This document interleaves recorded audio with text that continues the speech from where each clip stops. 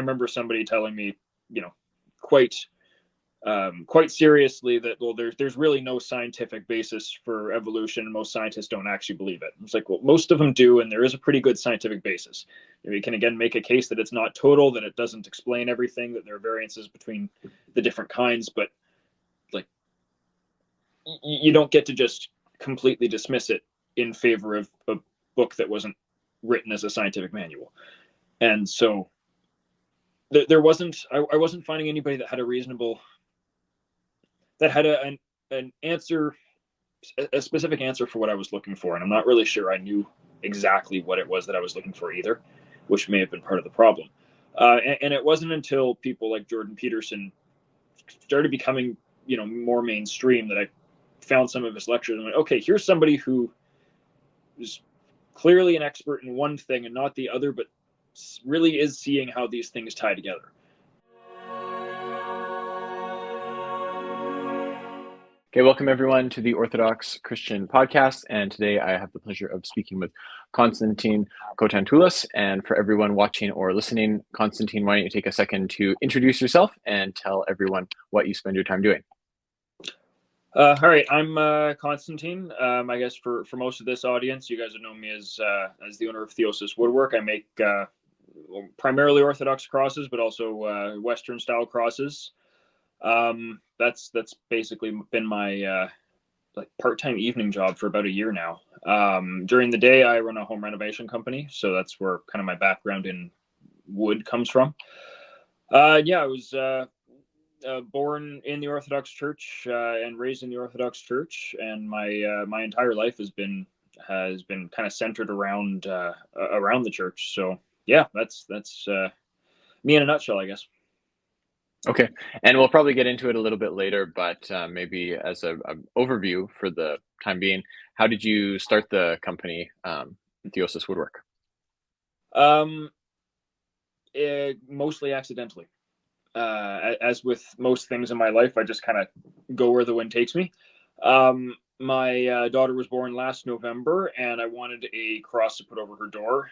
And I've been like, I've my whole life I've made crosses out of various things. Like I pulled antique cast iron nails out of the framing in my house, and forged those into crosses because I had time on my hands. And for whatever reason, I was just looking online for crosses to buy, and I couldn't find any that I found were either of a reasonable quality or were of proportions that I actually liked. The latter being the real tricky one. There's plenty that were quite well made, but just I didn't, for whatever reason, didn't like the proportions. So I decided to make my own. And then made another one for a gift for a family member, and then made a couple more that way, and decided that, like, well, these are crosses that I would like to buy. Maybe it's possible other people would like to buy those as well. So yeah, so I just started advertising on social media, seeing if there was any interest, and got a reasonable amount of interest right off the bat. And so started up an Etsy shop, and then it's been pretty much even a year, and I think I've sold about 420 crosses worldwide now. Okay. So yeah, just basically that. I kind of just went with it, and and here I am. Yeah, absolutely. So in terms of how much time it's taking in your life currently, has it grown quite a bit from when you first started to how much time you're dedicating to Yeah, making these crosses now? it's I was selling one or two a week after about a month. Many of them, usually I would just kind of make a batch of crosses out of some fancy hardwoods that I pick up at my local supplier. They were always pretty flashy, very, very unique woods from all over the world, a lot of bright colors. And so they would stand out. And so I'd make a batch of them, and, usually I would sell them all, and then I would just, make another batch. Then I kind of started working with some of the more familiar hardwoods that people know, walnut and oak and things like that. And for whatever reason, I think there's a certain humility that lends itself to the crosses made out of those woods.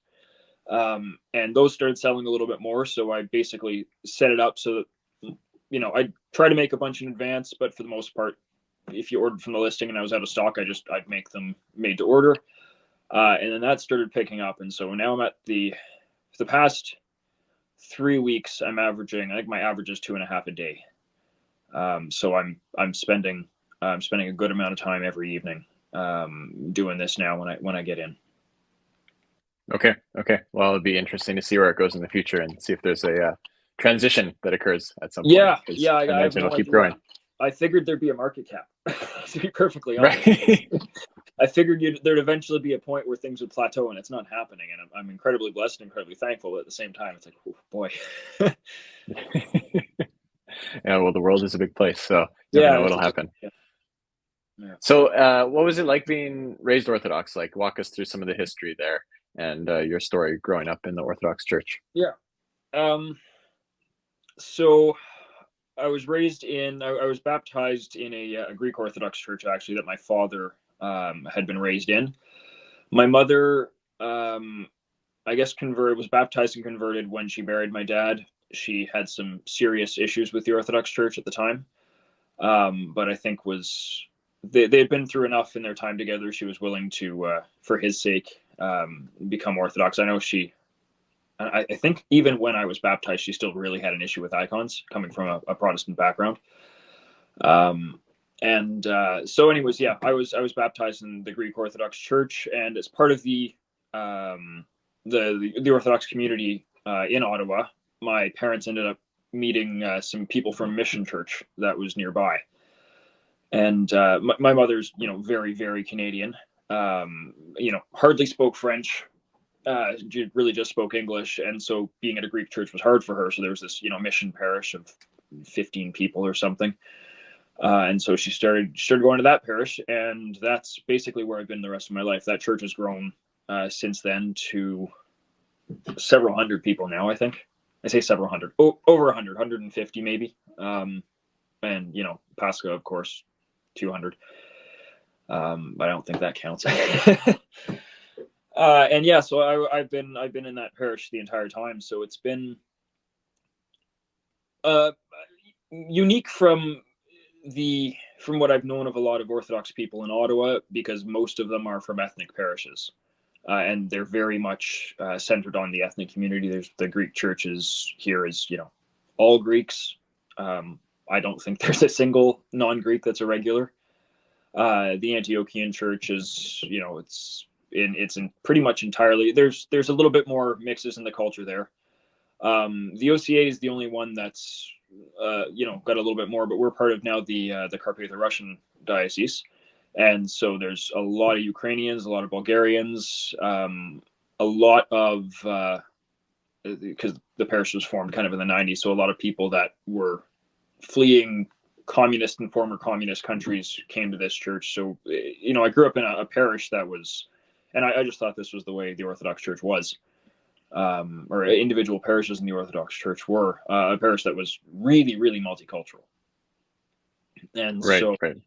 which has been kind of interesting. And so I grew up in with our priest who speaks many languages quite fluently. Um, would always switch languages while he was serving, primarily English and Ukrainian, but there's French in there, there's Russian in there, he puts Greek in there, and there's always a little bit for everybody. It takes us like 10 minutes to get through the Lord's Prayer because we cover every single language. And then for good measure, we sing it at the end as well. So that's something my wife gets a kick out of, because the other Orthodox churches are like an hour 20, hour 45. We're pulling like 220. Right. Because if we can do it 3 times in 3 languages, we're going to do it. But I know it's been an asset for a lot of the people in the community who really feel at home. Right. Right. Yeah. So yeah, I mean that's where I've been. My sisters were both baptized in this church, and my entire social group and friend base basically comes out of this church as well. And Okay. yeah. And so, like, as a kid going to the Orthodox Church and being raised in an Orthodox home, what did that look like, or what was that experience like? Was it something that you enjoyed, or do you have certain memories from that time, or would you guys have certain practices and habits in your home life that like oriented you guys towards the faith? A bunch of questions there. Yeah. So what it was like, I remember getting in some good trouble from my mother when I was 7, because I told her that I wish I lived with my aunt because she didn't have to go to church on Sundays and she could stay home and watch TV. Um, it was a lot more than just Sundays. I don't remember a time when like, even as kids, we weren't fasting, we weren't participating in Lent pretty wholeheartedly, and that was always funny going to just a standard elementary school, um, where it's the concept of Lent was a little bit more mainstream, I'd say, you know 20 years ago, I guess. um, but it was still kind of, the couple kids gave up eating chocolate when they were at home, and so I'm showing up with back when we could have things like sesame butter in school, like all my weird lunches that were entirely meat free but trying to be protein. And then by the end of elementary school, and every single form of seed or nut based food was banned, I was eating, like, cheese and bread was something I could bring to school, right? Um, but yeah, so it was kind of neat. It was very, like, yeah, it was at the forefront of our home for sure, and it was kind of interesting seeing that in contrast to pretty much everybody else in my life. And I think as a result, I didn't um, connect particularly well with most of my peers in school, and there was just a large disconnect. But on that degree, and yeah, so I spent most of my time with my church friends and my peers in church. Um, I'm starting to ramble now.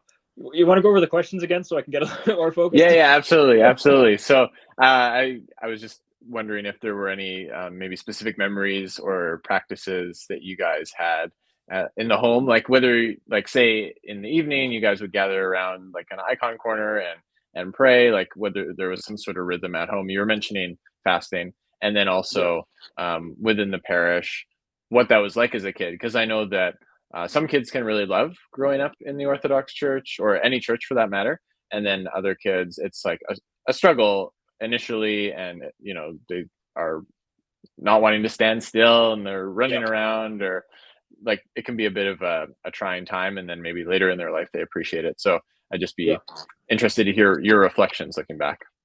Yeah. So yeah, you bring up the nightly prayers. My parents had a fairly large icon hutch, just covered in all sorts of icons, and we had our nightly and morning prayer routine for a good long while. We had our nightly, like, once we all kind of got older and were starting our day at different times, the morning prayer routine fell by the wayside. At least the communal prayer routine fell by the wayside. Our evening prayer routine was pretty constant, pretty much till I moved out. Um, yeah, we had a lot of that. Um, for a long while, the Sunday after church was the family day. Um, the miniature version of the Sabbath kind of thing. We had kept that as a family for a long time as well. And again, it wasn't until the world got a little bit busy and I had to get my first job where things like that just became slightly less of a routine. Um, as far as the church itself, actually, so I served in the altar. I think I was maybe 7 or 8 when I started serving the altar, and I served in the altar until I was 19. So I was in there for a good long while, um, which is something I definitely took for granted at the time. And looking back, there's that was a pretty incredible experience, start to finish. And that was that gave me a little bit more of a reason to stick to the discipline of standing still and trying to behave myself in church. I'd still get kind of distracted in the altar. The deacon gave me and the other altar server hell one time because we were making figurines out of candle wax when they weren't paying attention. Um, which I was told we were supposed to be subject to the liturgical slap and never got it, and I'm thankful for that. But Yeah, so that was I didn't I because I guess I was able to participate in the liturgy in that capacity. I didn't find it as hard as I know a lot of people did, and I was able to connect with the liturgy on a level that a lot of people my age in other church in our church and in other churches weren't necessarily able to. And and yeah, so because we yeah, anyways, sort of trying to think and talk at the same time doesn't really work well. Um, we'd have our throughout Lent we'd have the sanctified liturgies. Friday night we'd have Vesper Saturday and Divine Liturgy Sunday morning, and so I'd have school all week, and then it was church all weekend, and back to school, and then Holy Week was its own adventure basically, because that would be several hours every single night, um, Sunday to Sunday, and that was something that me and the other altar server really while we were going through it was challenging because it was like physically painful to be a 10-year-old holding a candle stock still for 2 hours. That was that was challenging, but it was something that we really look forward to all year. And um, we'd celebrate Pascha, and there's this incredible joy in it. And there was always that little bit of we're a year away basically to the next one. So yeah, being able to participate in that capacity really really brought it home in a way that I think it doesn't for a lot of people. So Right. yeah. And did you have any friends that were Orthodox but going to different parishes? Like, were you involved in, say, like the Greek Orthodox community at all? I wasn't particularly involved in the Greek Orthodox community, mostly because the Greek community in Ottawa was incredibly ethnocentric, and in spite of my very Greek name, I don't speak the language, and so they were a bit of a closed community in that capacity. I went to the Greek language school, but if you didn't like on Saturday mornings, but if you didn't go there speaking Greek, you didn't get anything out of it because they didn't teach you to speak Greek. They taught you Greek history in Greek, and Greek mythology in Greek, and Greek geography in Greek. So I was never able to be part of that community when I was in university, and was part of the OCF. I made a few more friends that way, but for the most part, for the most part, it was just my small community that I grew up with. We had there was the priest's kids and myself, my family, and the altar server and his family, and the people of our age were called the core four because we were the original kids in the church, and we were kind of the one. There were transients that would come and go in our social group, but we were always the consistent ones there, and we're still basically all hanging out to this day. Okay. Okay. And so along the way, I mean, you mentioned going to university, but it could be at a different point as well, or various points. Did you have to overcome any challenges within the Orthodox Church? Like, I imagine, just to sort of prime the pump here, if you're going to university, you're going to be interacting with peers that don't necessarily have the same worldview, aren't orienting themselves in the same direction. And I know that that can be a difficult time for a lot of people, a good time, but a difficult time. So Yeah. was there anything like that or otherwise that you had to overcome? Um, I wouldn't say I wouldn't say I had to overcome any of that courtesy of university or the people that I met in university. I'm actually not the most social person, so making friends in university was not something I was particularly good at. And I was taking a pretty heavy science load, so I had 40 some hours of classes a week, and then a whole lot of homework, and so I didn't end up being overly social that way. It was my own questioning mind that really got in the way for the most part. Um, and I have a very, questioning empirical mind, which is why I was drawn to the sciences and maths to begin with. And it was a little bit challenging to reconcile some of not the teachings of the church, but say some of the people who handled youth group who were maybe not prepared to answer some kinds of questions. Um, had an overly simplistic view of science and scientific methods, and so would dismiss it in a way that I was like, well, that's not right. And so that, caused me to be skeptical. I wouldn't say skeptical for a while, but it, left some thoughts in the back of my head that I couldn't necessarily reconcile. And yeah, that was, again, I wouldn't say courtesy necessarily of university, but the thing that drew me to university was also that which was causing some problems there. And yeah, so I mean, there were definitely challenges on my part that I had to overcome, and that I'm probably still working through in some capacity. But there's the reason I named my shop Theosis was because there are people like my mother who is just an incredibly faithful person, and that, like, and as she professes, just always had the perfect childlike faith, and I've never had that.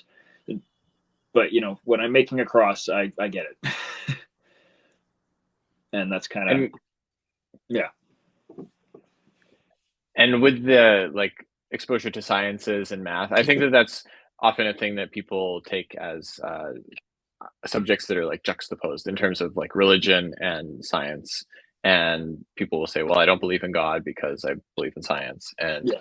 they create a false dichotomy between those things. So I'd just be curious to drill down into that for a second and hear what were some of the specifics in terms of what you were wrestling through, and how did you come to a place where you were able to reconcile that and perhaps even integrate a scientific understanding with a theological understanding of the world? All right, so a lot to unpack there. So yeah, it wasn't.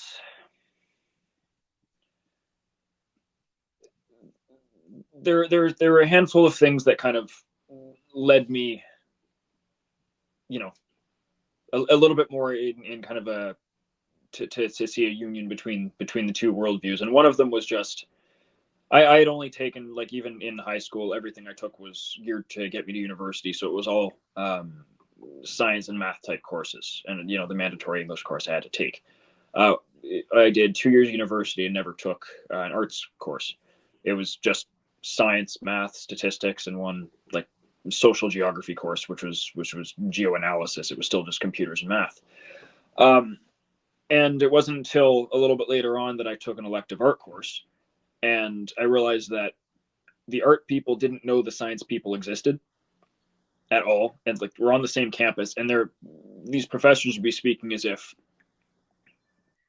the work that this person was doing, teaching our theory and literature, was the most important work that was being done at the university, and the science stuff wasn't important, didn't generate anything important in the world. But the science professors all spoke the same way. And at a certain point, I was thinking, do you guys not talk? Do you guys not realize that you're probably both you probably both have some kind of value if you just communicated a little bit? And so it was that revelation, not even a revelation, but just that thought that made me realize that, okay, we're in this era where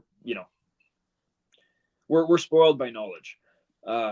We know everything. The fact that there was a time when there were these temples in the middle of the jungle that got discovered in the 40s because people didn't know they were there. We have satellites, we know where everything is all the time, and so we have this total knowledge of the world. At least we think we have this total knowledge of the world, and as a result, we think that the methods that gave us this total knowledge of the world are total in themselves.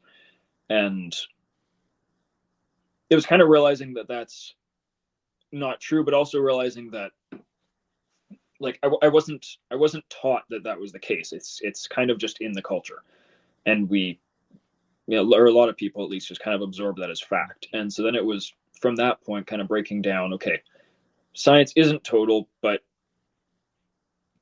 it is also true. And so where do we find this balance? There are things that it doesn't know, things that it can't know, things that it can't explain, or that it isn't designed to explain. And I kind of got stuck there for a while, because a lot of people that I would speak to, people in the church that I would speak to, took, this is we're still talking, this is about 10 years ago, so this is kind of before a lot of the stuff we're seeing online now.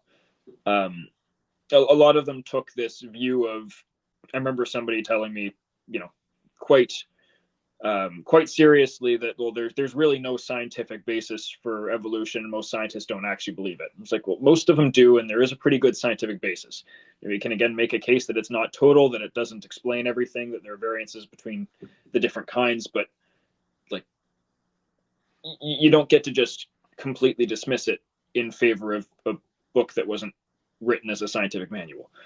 And so there wasn't, I wasn't finding anybody that had a reasonable, that had an answer, a specific answer for what I was looking for. And I'm not really sure I knew exactly what it was that I was looking for either, which may have been part of the problem.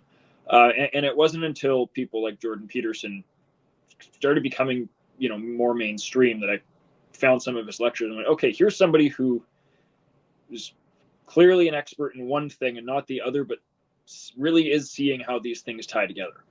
And that started to bring all this home a little bit more for me. And then and then there's been a lot of engaging with some of these communities online, in spite of as much as I hate the internet and all these all the internet communities anyways, but yeah, engaging with a lot of that and learning a lot of learning some of these things and seeing that, yeah, just seeing how much truth there is in the Bible, and what the Bible is saying, and and learning more about science and scientists and all these people and seeing exactly what they're saying, that I can that I'm able to reconcile this in my mind a little bit more and actually not necessarily have to struggle with it as if it's in as if there's some real tension there, because the older I've gotten, the more I've read, the more I'm realizing that they're saying the same thing while really not talking about the same thing. And they're both speaking the truth in the language of in their language. And and you know I can't remember who said this, but it was science tells us how and the Bible tells us why. And that's like, yeah, they're giving us two different perspectives. And yeah, again, I'm not necessarily the person to speak on these things, but you know, this is kind of what I've been working out over the years. Totally. Well, and I think a lot of people find themselves in that boat where they're brought up in the church and then they go to university and they encounter scientific worldview, and it's around us as well. And there's lots of good fruit from that in terms of what we've been able to develop technologically and know about the natural history of the world, but it's not a total worldview, as you mentioned. And so I think it's helpful for people to just hear about someone else's journey through that, because that, to take evolution as an example, not that the Orthodox Church really goes one way or the other. It's like you can accept that as the history of the world, or you can not. In Orthodoxy, it's not like it's a tenet of the faith. So I just want to give that as a disclaimer. I'm more in favor of it as a helpful way to explain the history of how we got here, but it's not necessarily in competition with God, because God can, well, I mean, philosophically, God is the one who exists and holds all things in existence.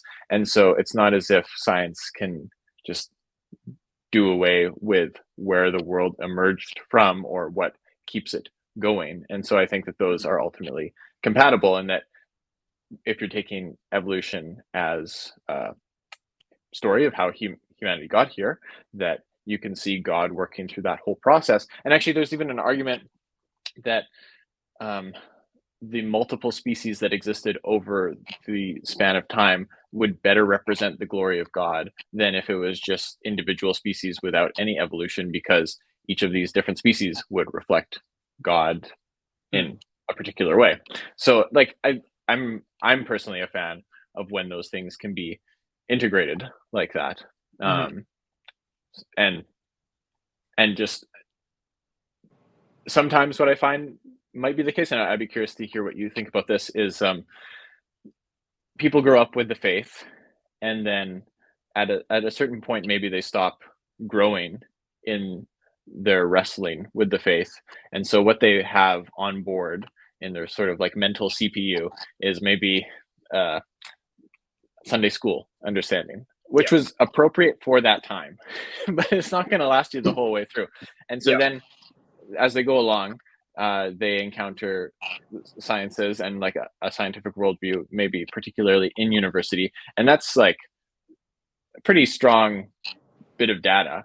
And then what happens, I think, is that those pieces of data come into conflict in their mind, and they're using this mature data of the sciences to critique and criticize and sometimes break down what was an appropriate faith at the time, but has not grown up and has not matured.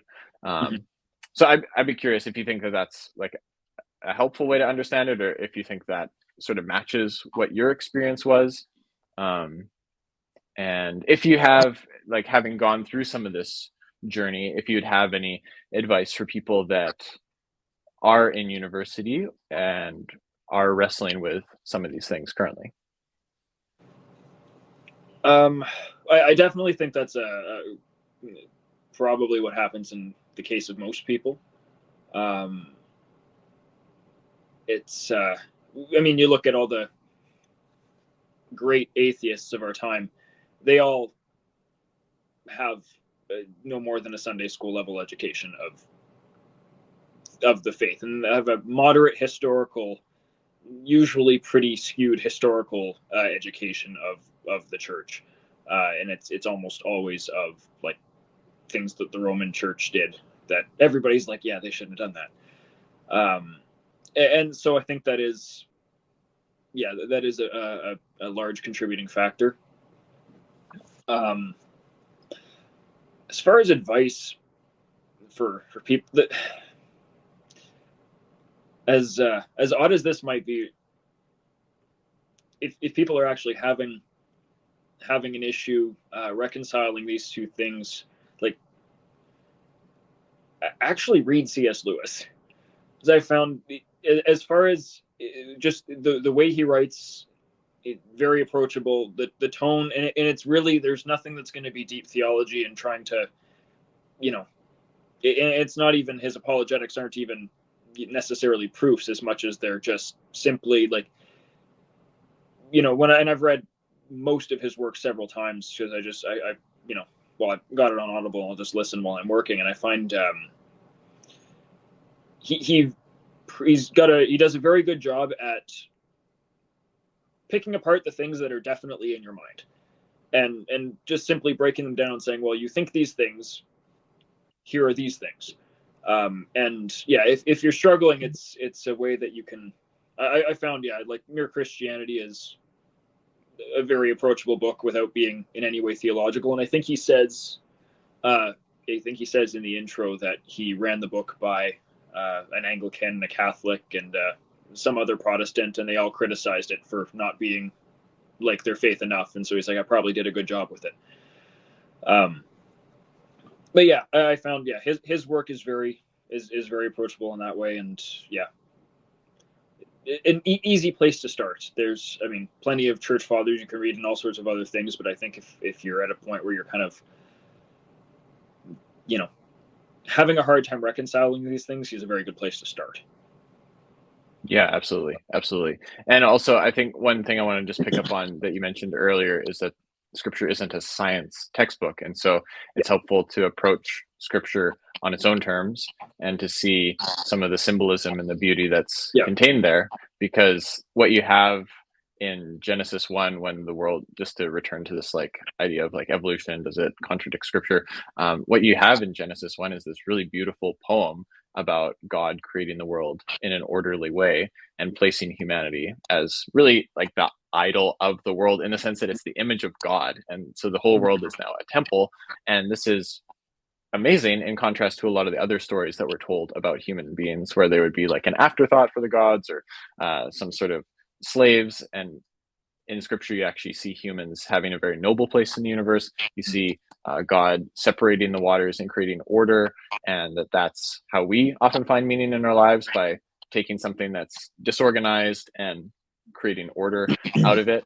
And also God's command to be fruitful and multiply, which obviously is like, well, yeah, how else are you going to find meaning in life? You Yes. get married and you have kids, or you don't get married and you're fruitful and multiplying in terms of like making disciples of the church. So it seems like the meaning of life, like you mentioned, is communicated really effectively through the tradition of Christianity, and scripture is a part of that tradition. But if we go to it asking the wrong questions and trying to interrogate it from this overly literal perspective, we're just going to do ourselves a disfavor. Yeah. Yeah. Certainly. And yeah, and even I mean, a rudimentary reading of Genesis is like it's clearly not scientific, and so it is an interesting. It does seem that some I wouldn't say necessarily into the Orthodox Church, but a lot of the Protestant culture that North America has bled into the communities of the church. Like I don't ever see this kind of teaching in the Orthodox Church, but I see a lot of people that have some of these more, I hate the word literal because it means like on paper, but or as written, but that have a very scientific view of the book of Genesis, and that's and they'll, instead of trying to teach it the way you're talking about in this symbolic, or not even symbolic, but what was the word you used? You had a good word there and I'm forgetting it now. Oh yeah, no, I'm not sure either. But yeah, teaching it as what the Bible is, it's taught, and they try to read science into it and explain how these things work. And I remember one Protestant trying to explain that, with the separation of the waters in the heaven and the waters below, there used to be a big ocean in the sky and a big ocean below, and then the Great Flood was actually just the sky coming down permanently. And I was like, oh, that doesn't sound right. But there you go. You read science into the Bible, and you're coming up with your own theories. And that wasn't somebody in the Orthodox Church. That was a Protestant who was very happy with what they had learned. So yeah, I wasn't very old when he told me that, but I was like, I'm not sure I believe you, man. Right. Yeah, I mean, from like it's interesting, like from the symbolic point of view, with the flood, it is kind of like a miniature creation that happens, and so Yeah, there is certainly. that notion, but it's obviously like But it's not a literal reading of what happened in that sense. Yeah, and that was very much, this was not symbolism. This was like Sunday school. This is actually how it happened, because the Bible can't be wrong, since the Bible was written. There were some people watching it through binoculars and wrote it down. So that was, I've seen a lot of stuff. I've seen a lot of stuff like that will kind of permeate its way just into the community, and that's I think that it does a bit of a disservice, but I'm also not sure it's entirely avoidable. So the trick is more just educating yourself a little bit past that kind of worldview. Yeah, totally, and I think that I mean, one thing that's been said in the past by Charles Taylor, who's like a philosopher in Quebec, I think, at McGill, but a Canadian philosopher, anyways. And he wrote A Secular Age, and it's asking the question: why do people not believe in God, or why is God like an option today, whereas in the year 1500 everyone believed in God? And he's sort of tracking that trajectory and what changed along the way. And one of the things that he points out, and I think argues pretty persuasively, is that as the world became less porous to God, as we didn't experience God around us, that a lot more weight was placed on Scripture to be the sole place where we experience God. And we put undue pressure on it. And that's where these very literal readings come through, because if God has been evacuated from the rest of our lives and it's only in Scripture now, then we have to defend that tooth and nail. But if instead we have more of like a sacramental worldview, or the sense that like God is all around us, that God is the one that necessarily exists, and so anything that exists participates in God, and anything that's good and true and beautiful is an approximation of God, and so we're always interacting with God in different ways, and we just need to have eyes that are open to that, then it's not as significant that every single thing in Scripture is literal. And I think that's why in Orthodoxy, at least in like more of the official teachings of the church and the standard practice, it isn't as strict about every single thing in Scripture being literal in like a historical photographic sense.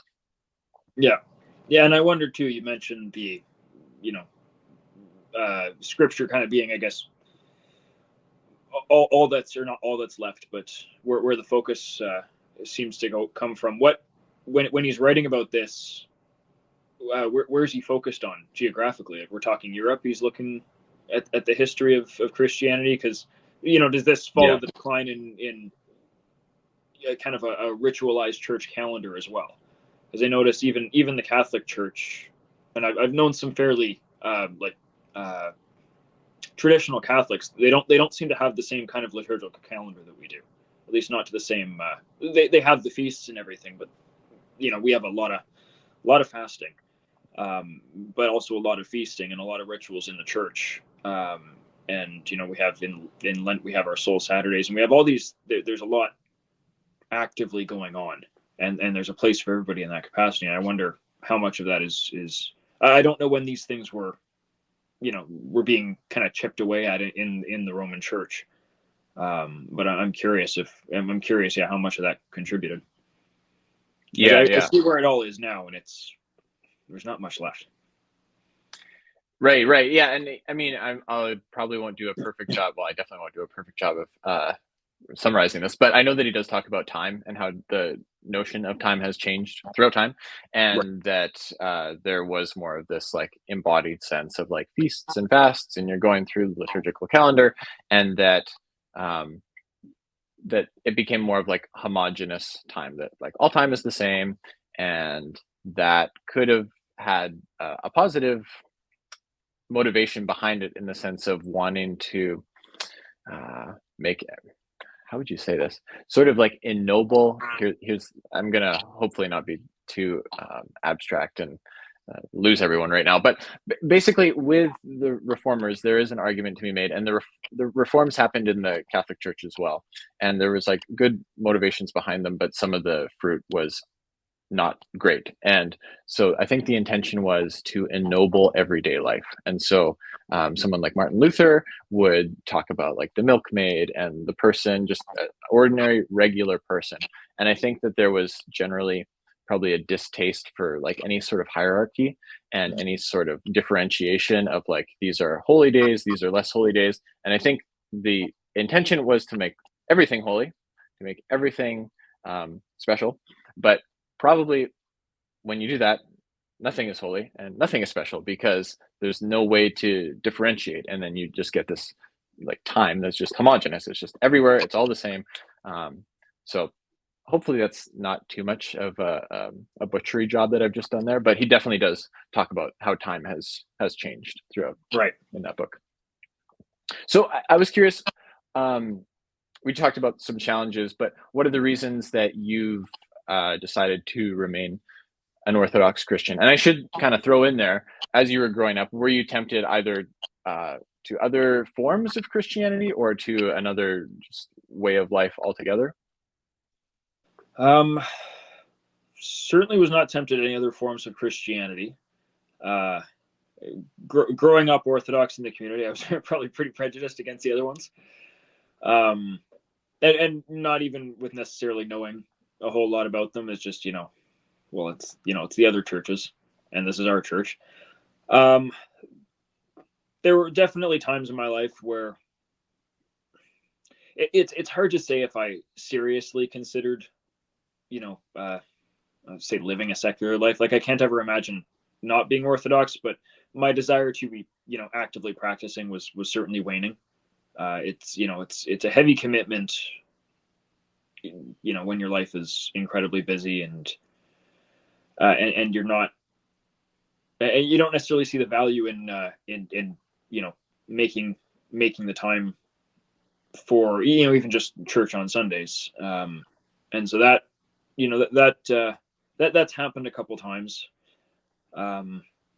Not recently for sure, which has been nice. And I think part of that, honestly, was just growing up a little bit. Having some real responsibility, and a family and stuff as well, kind of changes your priorities. And the long term becomes a lot more concrete. As to why why I stayed. That's a hard one, and I don't mean because I don't know the answer necessarily, but it's I mean it, you know, which one? There's the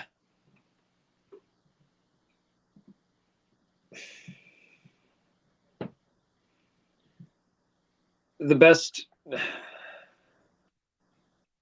I guess at the basics, the best reason I can give for why I stayed is, looking at the world around us right now, and yeah, it's spiraled really quick in the last little while, but the markers have been there for a while, and it it's just all felt, it feels dead.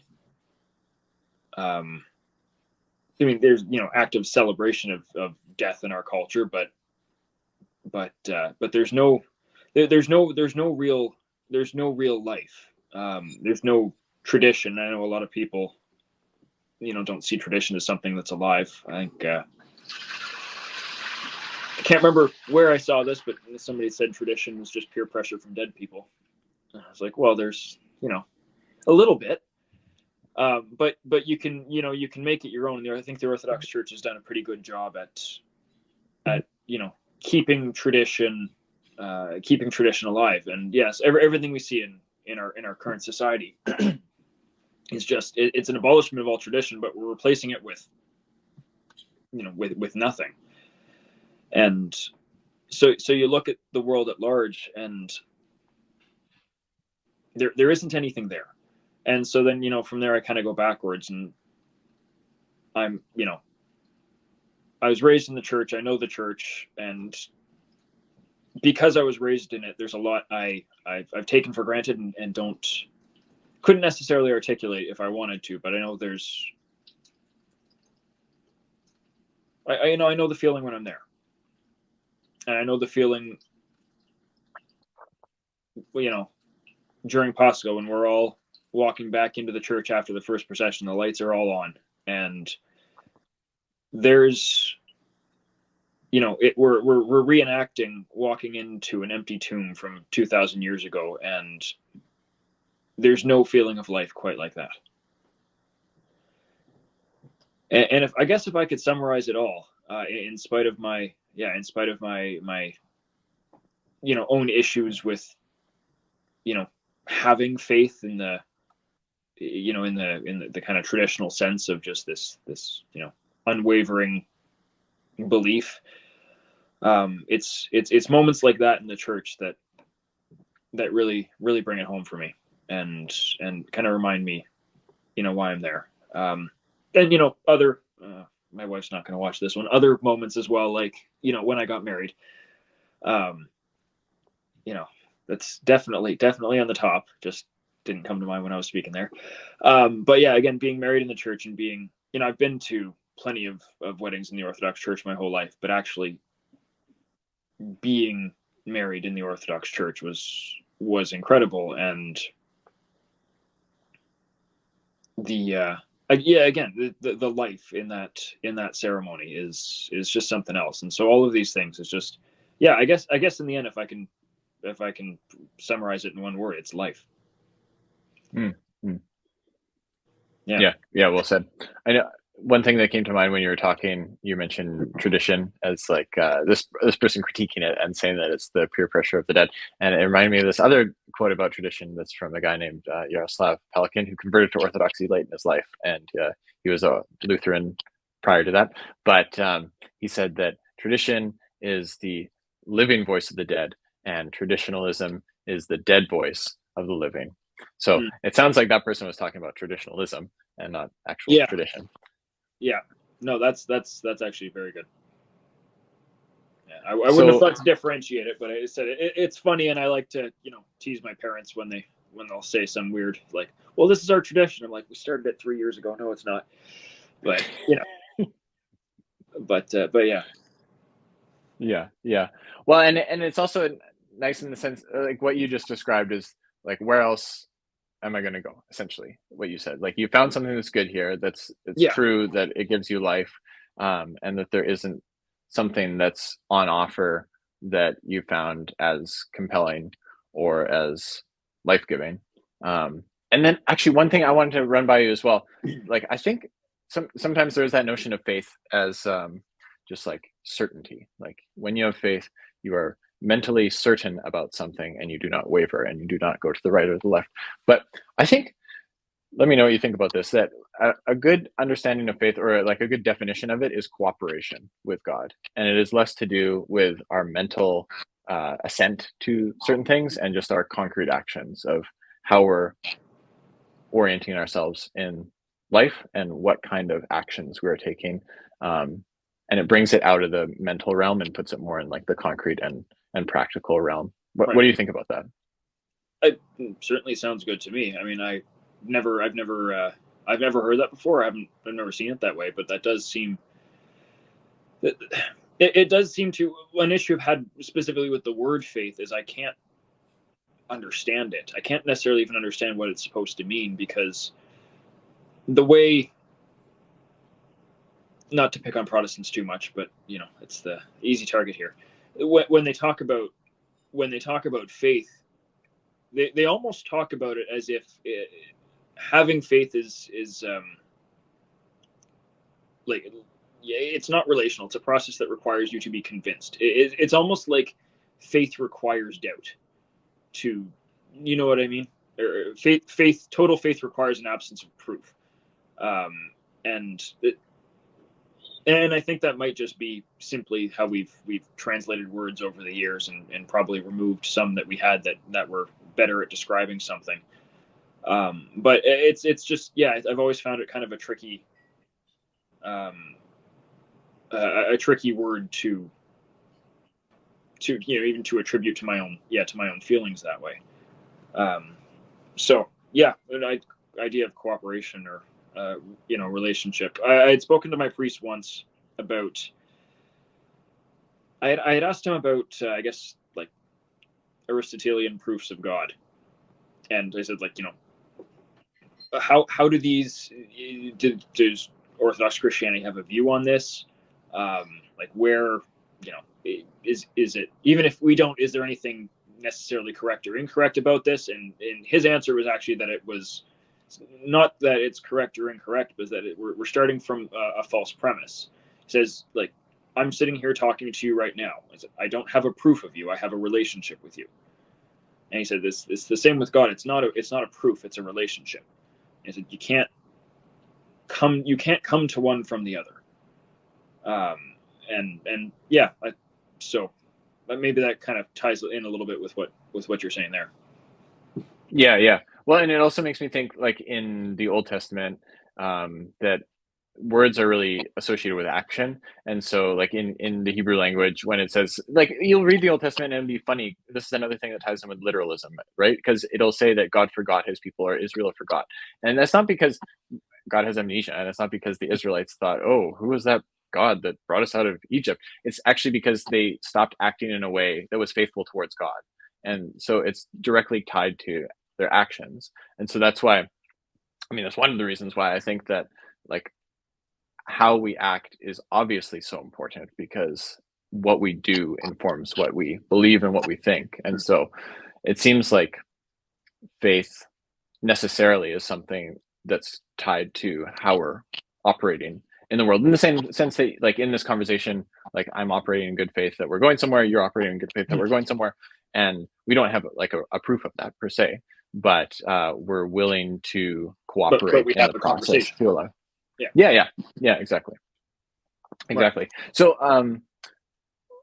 my last question, I want to make sure that I have time for this, but for somebody that's exploring Orthodoxy, that's interested in it, but maybe hasn't been to many parishes or like liturgies or whatever, they're new in any shape or form, what would be your advice to someone in that boat? I actually get asked this question a lot nowadays. I think for whatever reason, people think that since I make crosses, I've got some like deep theological understanding of things, and The answer I've had to give a couple times is unfortunately very, very simple. It's just go to church. Like, you know, talk to a priest, preferably not one online. Not sorry, preferably not one that has a very large online presence, because they're generally speaking operating in a large community type environment. They're not going to be operating in the kind of individual level I think that a lot of people would need in this capacity. They're going to be answering big picture questions when I think smaller ones would be needed. But yeah, find a local church, go to a church, talk to a priest, and just experience the liturgy. Best I hear a lot of people that they'll tell me, well, yeah, I've been following all these people, and it's been kind of cool, like 6 months of talking to these people and talking to this people. It's like, well, I don't know anybody who would watch a couple of YouTube videos on swimming and think they could swim across a river. It's like, you gotta go on location and actually experience this for yourself, you know to really know what it's about. And yeah, I find the Orthodox like communities within the church are, well, every single one I've ever experienced has been very, very warm and very welcoming, and you know everybody's happy to see you. So take it off the internet for a little bit and see it in the real world, and see what the faith's actually about. Yeah, absolutely. And having grown up in the Orthodox Church, and I'm imagining seeing some more converts come in more recently, what would be more specific advice to someone that's converting either from Protestantism or from another background into Orthodoxy? Because I know that sometimes when people are new, they're like super zealous and super excited, and that's really positive, but sometimes the emphasis can get a little misplaced on different topics. So would you have any like caution signs that you'd throw up and say, well, slow down in this area, or be careful around this, or any other general advice for someone in that boat? Um, Actually, yeah, from experience of a couple friends that I have who were Protestant converts, and I'll more say this isn't necessarily my advice, but what they've told me of their experience, which I think is relevant. Number one is you don't know near as much as you think you know, and number two is just because it was written by an Orthodox person 300, 400, 1,000 years ago doesn't mean you should be reading it right now. Like, find guidance, find a spiritual father, and if you want to be reading and learning about the church, allow somebody to guide you through that journey, because I do find something that a lot of very zealous catechumens, feel they have to do is take a scholastic approach to the faith and learn every single practice and every single thing, and they'll read every little thing that was written, and that's great, except all those people contradict each other at various times, and if you don't understand how to read them, you're not going to get anywhere with it. And I say this as somebody who's done some of this and has thoroughly confused myself in the process, and I had to talk to a handful of people to sort all that stuff out, because I'm sitting there and like, well, clearly they can't. It can't be that one of them's right and the rest of them are wrong. Like, they must just all be wrong and nobody knows what they're talking about. Well, that's not going to get you anywhere. So yeah, that, like I said, that one I've had a few people tell me this, and so I'm just going to pass that one on. Yeah, super helpful advice. And I think that it gets back to your former point that Orthodoxy is a living faith, and it's a practical faith that's embodied. And so if people are interested in Orthodoxy, it's wonderful to like watch a video like this or others on the internet, but the end goal should be to be a regular participant in a community. And that includes what you're reading. Like, it's awesome to read, but it's good to know what the actual consensus of the church is, and the person generally that's going to represent that is the local parish priest, who's generally good guide with these sorts of things. And I think the majority of priests that I've met are wonderful people that are more than happy to sit down and have a coffee with someone and discuss what books they're reading and what their interest might be, even if someone's not very far down the road in Orthodoxy, if they're like an inquirer or whatever it happens to be. I think that most Orthodox priests are really open to that kind of engagement. And most of them have had, unless they're a younger priest, most of them have experienced this many, many times before. They have helped people in every step of the way of every single part of their faith, wherever they are. Um, my priest was the spiritual father to a Hieromonk hermit that lived, out in the woods, and he's just a priest. So it's not even necessarily about, your rank's not the right word there, but it's getting late at night. I know it's not too late for Yeah. you. It's 11 o'clock for me. Yeah, you're 3 hours ahead of me. Yeah, Yeah, actually fresh. Yeah. yeah, that's right. But and then so that's just it. I mean, most priests have dealt with converts of all stripes, and cradle Orthodox and faithful of every single road imaginable. And so you're very likely, you're almost certainly not the first person to come with these questions, these concerns, or these shortcomings. And so again, that is really why it's important to to find a church and talk to a priest. And on that too, don't jump around to too many, because you'll fall into that. Eventually you'll find. I mean, sometimes you're going to find a church that doesn't work with you for language reasons, or for. I mean, it could even be for musical reasons. So many different musical traditions in the Orthodox Church, and some of them, like, some people just don't like the Byzantine sound. Some people do. The Carpatho-Russian Church is a much more four-part harmony.